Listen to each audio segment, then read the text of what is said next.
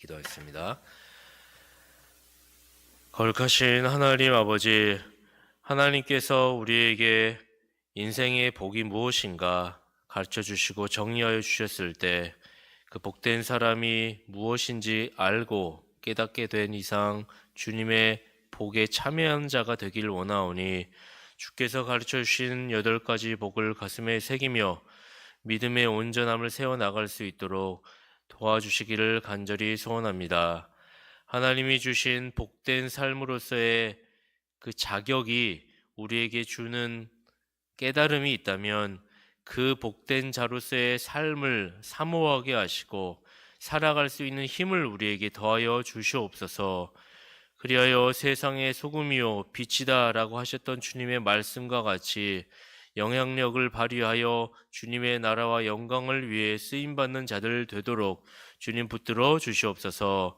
이 아침에 주님 말씀 함께 묵상하고 듣고 깨닫기를 원하여 나온 자들에게 전하는 자들이 자나 듣는 자나 하나님의 영광을 높이고 그 안에 참된 은혜를 누리며 돌아갈 수 있도록 주님 함께하여 주시옵소서.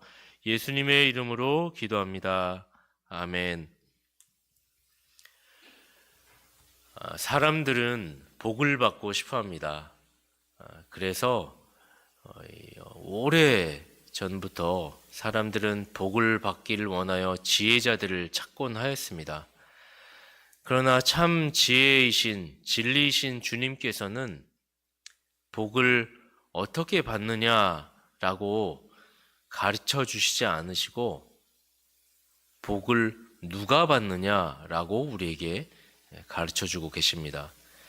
사람들은 어떻게 하면 복을 받을 수 있어? 라고 하여 지혜자를 찾아다니지만 주님은 그에 대한 답을 누가 복을 받느냐라고 이야기를 해주시고 있는 것입니다.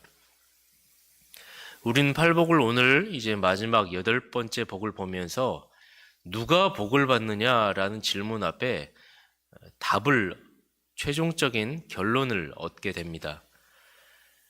팔복이 크게 두 부분으로 나눈다라고 했을 때 첫 번째에서 4번째 복 그리고 5번째에서 오늘 마지막 8번째 복으로 나눌 수가 있죠. 그래서 그 팔복의 복을 나눌 때 핵심 되는 키워드가 있다면 의라고 할 수가 있습니다. 첫 번째 단락에서는 마음이 가난하고 그리하여 죄를 인식하여 애통해하는 자가 온유한 심령이 될 때 주님께서 그 사람을 의에 줄이고 목마른 사람이라고 이야기를 하고 있죠. 의를 배부름을 얻게 된다. 의가 기준이 된다고 했습니다. 마찬가지로 개인이 그렇게 의에 줄이고 목말라서 배부름을 얻게 되면 이제 세상으로 나아가서 긍휼히 여기는 자가 되고 이웃들을 향하여서 마음이 청결함을 입어 화평케 하는 자가 된다. 그리고 이제 최종 결론을 얻게 되는데 의를 인하여 핍박을 받게 된다. 그러니까 의에 줄인 사람이 결국 의를 추구하며 살아나가게 될 때 의를 인하여 핍박을 받게 되는, 그러나 그게 복이다 라고 주님께서 얘기를 해주고 계시는 것입니다. 그러니 팔복이 역설로 가득한데 그 중에 가장 큰 역설이 마지막 8번째 복인 것이죠. 의를 위하여 핍박을 받는 자가 복이 있다라고 하시니 핍박을 받는 것이 어떻게 복이 있는 것인가 라는 질문을 우리에게 갖게 해야 하는 것입니다. 그래서 오늘 3가지를 살펴보고자 합니다. 첫째로 의를 위하여 핍박을 받는 것이 무엇인가 라는 것을 먼저 살펴보겠습니다. 우리는 의라고 했을 때 4번째 복에서도 다룬 것처럼 의에 줄이고 목마른 자가 복이 있다라고 이야기를 했습니다. 의란 하나님과의 올바른 관계 속에서 만족시켰을 때, 하나님의 뜻을 만족시켰을 때, 하나님의 계명을 온전히 100% 지켰을 때 의가 만족이 됐다라고 우리가 얘기를 합니다. 그러니까 그 의란 이 땅에서 이룰 수가 없는 것이라고 했죠. 오직 하나님의 구속 계획 가운데 하나님의 영광, 하나님의 권위와 위신과 모든 충만한 것들이 의에 걸려 있는데, 그 구원의 모든 것들이 의에 걸려 있는데 그것을 성자 예수님께서 친히 육신을 입고 오셔서 십자가에 죽으심으로 모든 죄와 사망을 안고 부활하심으로 또한 그 의를 하나님의 객관적인 구속 사역을 만족시킴으로 하나님의 의를 획득하셨죠. 그리고 이제 그 의를 인류의 택자들이 개인적으로 믿을 때 전가를 받게 되어 그 의가 나의 의가 되는 것이죠. 그 의에 인하여 줄이고 목마른 사람이 배부름을 받게 되고 그 의를 추구하며 살아나가게 되면 핍박을 받게 된다라는 것이죠. 그러니까 그 의는 다른 말로 무엇입니까? 구원이라고도 이야기할 수 있고 예수님 자체라고도 얘기할 수 있을 것입니다. 그래서 오늘 본문 10절 의를 위하여 핍박을 받은 자라고 이야기를 하면서 주님께서 그 의를 위하여 핍박을 받은 자가 복이 있다라고 하는 그 구절을 조금 더 주해를 해줬다고 할까요? 추가적 설명으로 주님께서 11절에 이렇게 얘기하고 있죠. 그래서 등치의 개념으로 본다면 의를 위하여 핍박을 받은 자라고 했을 때 나를 인하여 너희를 욕하고 핍박하고 거짓으로 너희를 거스려 모든 악한 말을 할 때 이렇게 되는 것이죠. 그러니까 인하여 의를 위하여, 그럼 의가 뭐라는 것이죠? 11절에 나를 인하여라는 것이죠. 그 의는 예수님이시다. 예수 그리스도, 길이요 진리요 생명이신 그 예수 그리스도, 그 옳은 길, 그 진리, 복된 길, 옛적 그 선한 길, 하나님께서 정하여 놓으신 질서, 가치 고정적인 절대 변할 수 없는 창조 질서, 그런 것들이겠죠. 그런 것들을 지키고 수호하고 펼쳐나가려 했을 때 세상으로부터 핍박을 받게 되어 있다라고 주님께서 오늘 얘기를 하시는 것입니다. 신자가 그 의를 지키고 수호해 나간다라고 하는 것이 오늘날 우리의 실제적인 삶 가운데에서 여러 모습으로 나타나고 있을 것입니다. 어린아이들 같은 경우는 학창 시절을 보내죠. 그렇게 되면 지금 이미 교과서에 진화론과 창조론에 대한 동등한 권위 위에 배우고 있지 않지요.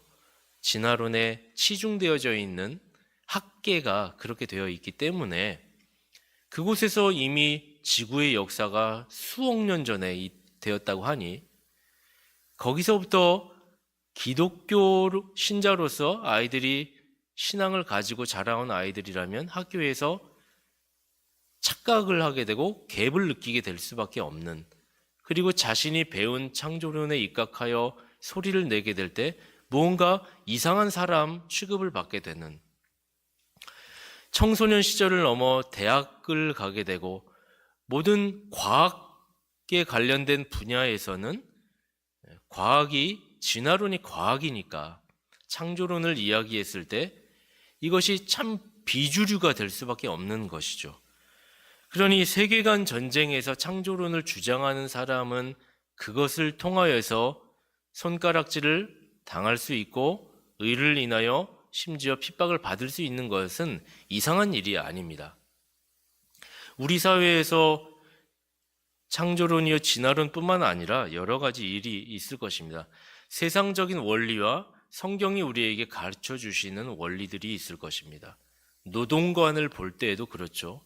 성경은 우리에게 일하지 않는 자는 먹지도 말라라고 이야기하면서 아담의 범죄 때부터 땀을 흘려 수고해야 하는 것이 인생들에게 주어진 남자의 역할이고 필히 우리가 갖춰야 하는 인간의 덕이라 할 수가 있을 것입니다. 수고해야 뿌린 대로 거두는 것입니다. 그러나 이 땅에서 지혜자들이라고 이야기하는 사람들, 그 사람들은 적게 일하고 많이 버는 방법을 자꾸 모색을 하지요. 믿지 않는 CEO 같은 경우는 자꾸 이렇게 생각을 하는 것입니다. 많이 일시키고 적게 주려고 하는 것이죠. 고용주로서 고용인들, 고용을 하는 피고용인들을 품삯은 적게 주면서 많이 시키고 싶어 하는 것입니다. 이것은 사실 성경적인 원리가 아니죠. 일한 만큼 대우를 해줘야 되는 것이고, 오히려 가난한 자와 약자들을 보살피며 그리스도의 덕을 선포하고 선전하기 위하여서라도 조금 더 헌신과 희생의 의미를 가진다면 다르게 해야 될 텐데요. 그런데 꼭 CEO들만 그런 것은 아니죠. 일하러 들어간 사람들은 또한 적게 일하고 많이 받으려고 하는 것입니다. 그러니까 이것이 성경적인 원리가 아니라는 것입니다. 이렇게 했을 때 피고용인이 우리 팀에서 어떤 프로젝트를 하는데 뭔가 성실하게 참여하여서 최선을 다하여서 합법적인 방법으로 열심히 해서 그 성과로 말미암아 대결을 하려고 하는 것이 아니라 뭔가 편법으로 좋은 방법이 있다라는 것입니다. 팀원들이. 근데 그리스도인으로서 그렇게 하면 안 되지. 정당한 방법으로 합법적으로 우리 이렇게 합시다라고 이야기를 하면 핍박을 받는 것입니다. 이런 것이 우리 노동관 그냥 일반 사회생활에서도 흔한 일들 아니겠습니까? 우리는 결혼관에 대해서도 가정관에 대해서도 그렇습니다. 성하면 우리는 남성과 여성 딱 오직 두 개, 하나님께서 정하여 주신 남성과 여성만 생각을 하고 있습니다. 그러나 세상 사람들은 성이라고 하는 개념을 젠더라고 하는 개념으로 1950년대 이후에 조금씩 개념을 변형시켜 나가면서 생물학적 성, 우리가 알고 있는 가치 고정적, 불변적인 생물학적 성, 남자, 여자 말고도 사회적인 성, 문화적인 성이라고 하여서 젠더라고 하는 개념을 만들었죠. 그래서 어떤 사람이 내가 생물학적으로는 성이 남자인데 밤에는 뭔가 감성적이고 느낌이 여자이고 싶다라고 하면 그래 너의 성을 인정해 줄게 라고 하는 것이죠. 그렇게 해서 젠더라고 하여서 성의 개념이 개인의 느낌과 감정에 따라 여러 개로 바뀔 수가 있는 것이죠. 그래서 수십 개라고, 젠더가 수십 개다라고 그들은 주장을 하는 것입니다. 그런 사이에서 그건 틀렸어. 어떻게 그럴 수 있어? 그것은 정하여놓은 기준을 벗어난 것 아니겠어? 라고 이야기를 하게 되면 참 저 사람은 인격적이지 못하고 사람을 존중하지 못하는 편협적인 사람이야 라는 취급을 받게 되겠지요. 그것이 지금 사회 분위기인 것입니다. 그리하여서 그 젠더라는 개념으로 이제는 우린 피부양자에 대한 그 건강보험법 보험에 대한 부분이 이제 통과가 되지 않았습니까? 대법원에서. 점점 사회는 이미 유럽과 미국은 그런 부분에서 열려 있고요. 점점 사회는 한 가정이 생물학적인 남자와 여자가 형성이 된 것을 가정이라고 봤던 전통적인 관점에서 벗어나서 남자와 남자가 가능하다, 젠더 가능하다라고 이야기를 함으로써 그곳에서 창조 질서를 주장하게 되어졌을 때 오게 되어지는 여러 가지 폐해들과 여러 가지 잡음들을 그리스도인들이 감당하기에는 너무 이미 세상이 변해가고 있음을 체감하는 것입니다. 참 어려운 것이죠. 이와 같이 우리는 세상으로부터 창조 질서, 하나님이 가르쳐 주신 의, 진리, 옳은 길을 주장하게 됐을 때 핍박을 받게 되고 부딪히게 되는 것은 필연적임을 알게 되는 것입니다.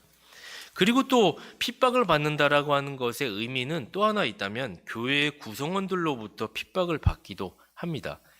오늘 본문에서 의라고 했을 때 예수님이라고 했죠. 예수님을 인하여 핍박을 받는다라고 했을 때 나를 인하여 너희를 욕하고 거짓으로 너희를 거스리고 모든 악한 말을 들을 때 핍박을 받는다라고 이야기를 했습니다. 그 말은 예수님을 전할 때 그렇게 된다. 요한복음 15장 18절에서 20절에 이런 말씀이 있죠. 예수님이 하신 말씀입니다. 세상이 너희를 미워하면 너희보다 먼저 나를 미워한 줄을 알라. 너희가 세상에 속하였으면 세상이 자기의 것을 사랑할 터이나 너희는 세상에 속한 자가 아니요 도리어 세상에서 나의 택함을 입은 자인 고로 세상이 너희를 미워하느니라. 내가 너희더러 종이 주인보다 더 크지 못하다 한 말을 기억하라. 사람들이 나를 핍박하였은즉 너희도 핍박할 터이요 내 말을 지켰은즉 너희 말도 지킬 터이라. 우리는 예수님의 진리를 전하게 되어졌을 때 예수님을 믿기 때문에 예수님 때문에 핍박을 받는다라는 얘기를 보게 됩니다. 그래서 성경의 선지자들과 그리고 사도들뿐만 아니라 믿음의 사람들, 성경의 스데반 집사라든지 믿음의 사람들은 다 하나같이 핍박을 받고 심지어 순교하는 것들을 우리에게 보여주게 됩니다. 너희를 욕하고 거짓으로 너희를 거스리고 악한 말을 듣게 되는 것이 이상한 것은 아닌 것입니다. 그래서 오늘날의 그리스도의 사역자로서 우리가 다 또 예수 그리스도의 삼중직을 힘입어 세상에서 제사장이요 왕이요 선지자 역할을 하게 된다면 우리는 핍박을 받는 것이 이상한 것은 아니다 라는 것을 주님께서 또 한 번 우리에게 가르쳐 주시는 것입니다. 둘째로 우리는 의를 인하여 핍박이라고 했을 때 착각해서는 안 되는 경우가 있다라는 것을 알아야 할 것입니다. 그러니까 나는 의를 인하여 핍박을 받다라고 생각을 하는데 사실 그게 의를 위하여 핍박을 받는 경우가 아닌 경우가 있죠. 여러 경우가 있겠지만 간단하게 한 가지만 말씀을 드린다면 전도를 할 때 특별히 그런 것 같습니다.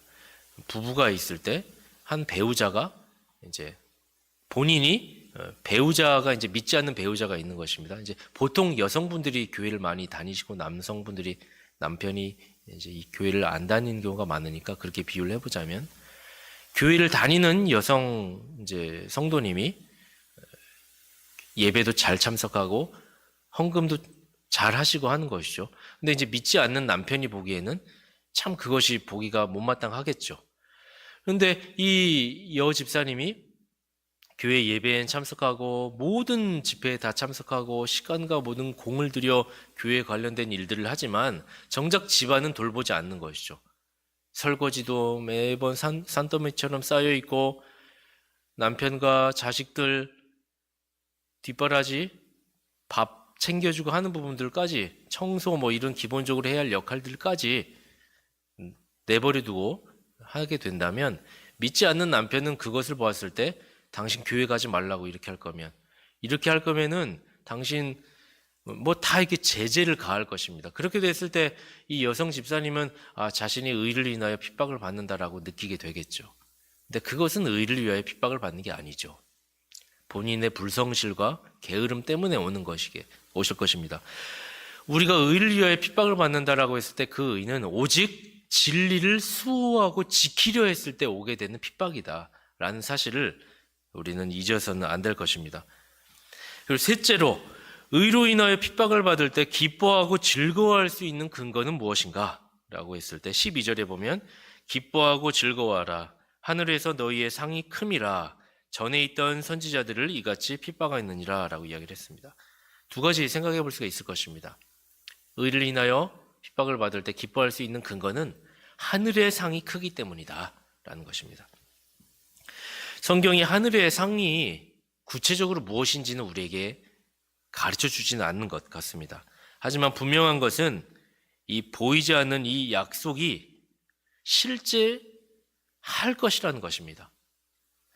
우리는 로마서 8장 18절에 현재의 고난은 장차 우리에게 나타날 영광과 좋게 비교할 수 없도다.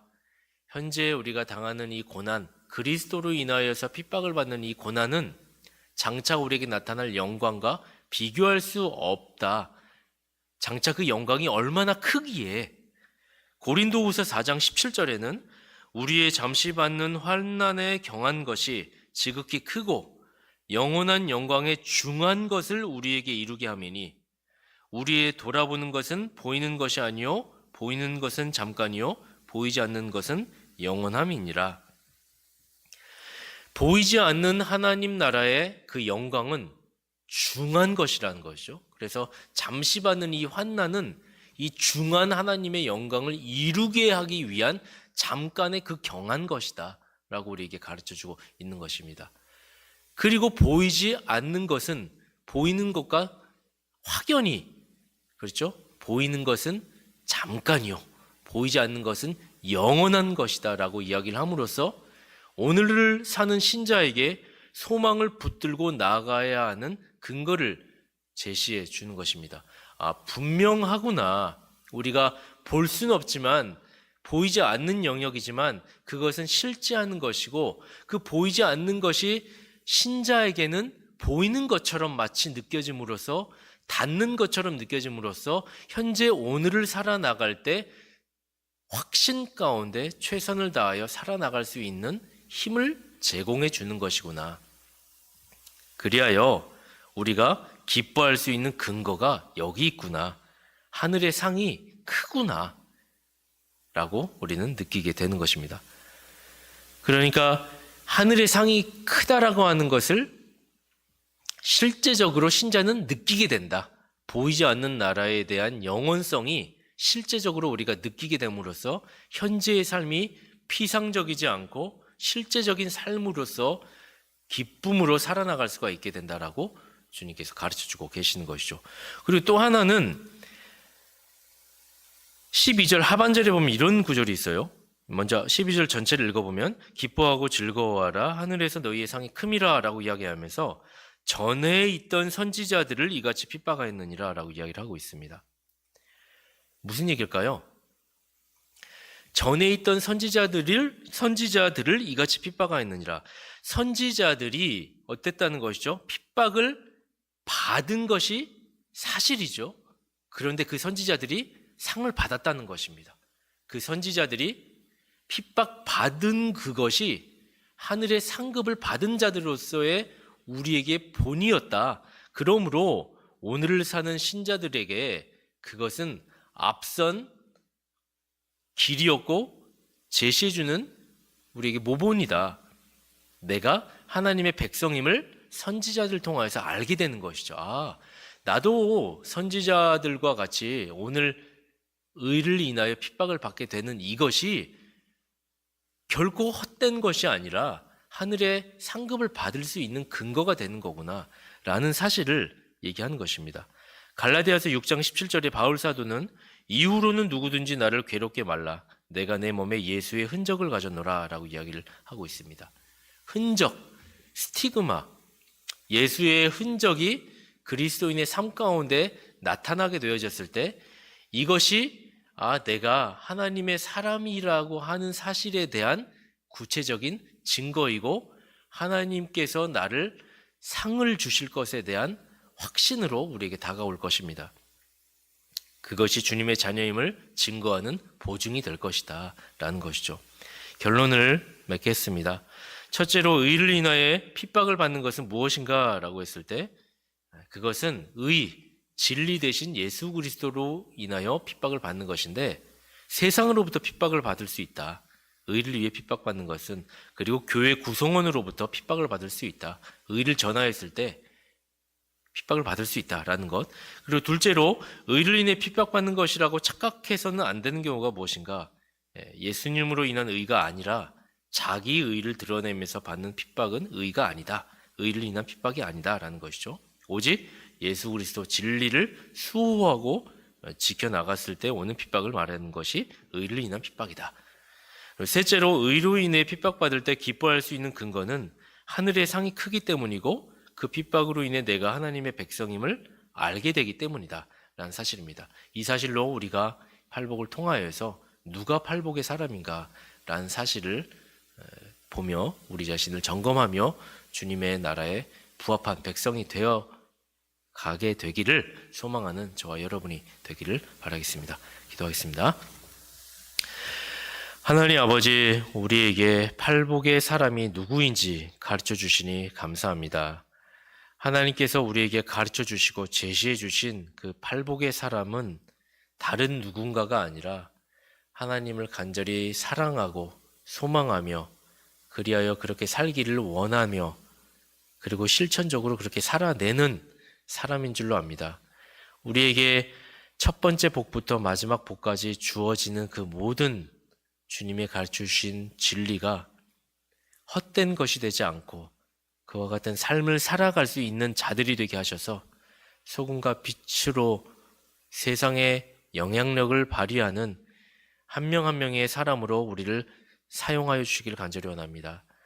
특별히 의를 인하여 핍박을 받는다는 것이 참으로 힘든 일일 것이며 선뜻 그 길을 걸어가는 것이 막연하고 두려울 수 있을 것입니다. 그러나 그 길이 곧 진리이고 옳은 길인 줄로 아오니 옛적 그 선한 길, 믿음의 선진들이 따라갔던 그 길을 말없이 묵묵히 따라갔을 때 주께서 베풀어 주시는 영광의 소망을 오늘 이 땅에서 확신을 가지고 마치 보이는 것처럼 영원한 그 나라를 소망한 확신으로 나아갈 수 있도록 하사 그 핍박을 기쁨으로 이겨낼 수 있도록 도와주시옵소서. 우리 구주 예수 그리스도의 이름으로 기도합니다. 아멘.